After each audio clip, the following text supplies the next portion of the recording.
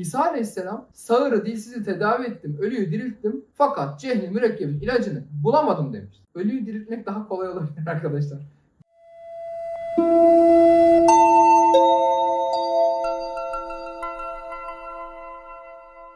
Cehlin ikincisi cehli mürekkeptir. Yanlış, sapık itikad etmektir. Burada öbürü cehli basitti, daha sade, direkt cehaletti. Bu cehli mürekkep, katmerli cehalet. Bilmediğini de bilmiyor. Daha da kötüsü bildiğini zannediyor. O çok fena. Şu an çevremiz fark edeceğiniz üzere bunlarla doldur arkadaşlar. Bu Dunning-Kruger efekt dediğimiz az bildiği halde kendini çok alim zanneden insanların en hızlı düştüğü hata bu.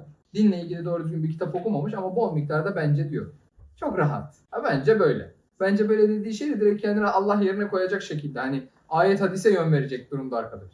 Bu cehli mürekkeptir ve bununla ilgili buradaki sözler çok enteresan. Bu cehalet birincisinden daha fenadır. İlacı bilinmeyen bir hastalıktır. Yunan felsefecilerinden ve Müslümanlardan 72 bidat fırkasından imanı gidenler böyledir. İsa Aleyhisselam sağırı dilsizi tedavi ettim, ölüyü dirilttim fakat cehli mürekkebin ilacını bulamadım demiş. Ölüyü diriltmek daha kolay olabilir arkadaşlar. Cehli mürekkebi tedavi etmekten. Çünkü adam bilmediği halde bildiğinden emin. Etrafınızda böyle lüzumsuz özgüvenli insanlar vardır. Dini mevzularda bu çok tehlikeli. Çünkü böyle kimse cehlini ilim ve kemal sanmaktadır. Cahil ve ruh hastası olduğunu bilmez ki ilacını arasın. Ancak Allahü Teala'nın hidayetiyle hastalığını anlayan bu dertten kurtulabilir. Yani bugün maalesef cehalet yayıldı dediğimizdeki yayılan cehalet, ya ben bilmiyorum bana ne olur öğretin, benim bu ilme ihtiyacım var diyen insanların cehaleti değil.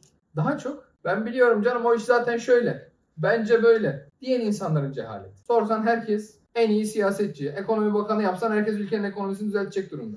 Teknik direktör yapsan herkes Avrupa şampiyonu. Öğretmen yapsan sınıftaki herkesi alim yapacak adam. İlim falan seviyesi öyle.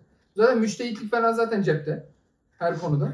Etrafımız böyle insanlarla dolu. Bu insanlar kahvehanede kağıt oynuyorlar yani. Hani o ilmi ne ara edinmişler tam olarak bilemiyoruz. Zamanında demek edinmişler artık dinlenmek için. Kağıt oynarken ya ne insanlar var arkadaş biz de ilim öğreneceğiz diye yani boşuna dirsek çürütüyoruz yani. Bakıyor insan. Yani demek böyle de oluyormuş diyorsun. Özeniyorsun falan. Tövbe estağfurullah. Bu cehli mürekkeptir arkadaşlar. Bunun tehlikesi anlatılamaz yani. Memleketin anasını ağlatan bir şeydir bu. Şu anda da böyledir. Memleket bol miktarda cehli mürekkeple dolu. Herkes her şeyi bildiği için hiç kimse ilimle meşgul olmuyor. İlimle meşgul olmayınca cehalet katmerlenerek devam ediyor ve bizi o karanlığa, çukura sürüklüyor maalesef. Bundan çıkmanın ilk yolu haddini bilmek. Nasıl? Bir konu üzerinde en azından 8-10 tane kitap okuyup ihtisas sahibi olmadan o konuyu adam gibi biliyor olma ihtimaliniz yok. Kulaktan dolma bilgilerle birkaç YouTube shortsuyla falan bir mevzuya hakim olma ihtimaliniz yok. Birkaç açık oturum izleyince siyaseti, futbolu çözme ihtimalimiz yok. Buradan birkaç Telegram grubuyla falan tamam ya ben orada okudum şöyleymiş diyerek bir iki tane basit nakille bu işi çözme ihtimalimiz yok. O zaman haddimizi bileceğiz. En azından cehli basite geçeceğiz ki çaresi olsun ya. Yani hani bir çare bulabilelim ya. Dönüp neyde eksik olduğumuzu anlamamız lazım. Bunun için salihlerle beraber olmak iyidir. Haddimizi bildirecek arkadaşımız olursa etrafımızda rahat ederiz. Yoksa kendi kendimize uçarız yani hani ben gaz veririm sen gaz verirsin. Hep beraber dünyayı kurtarırız.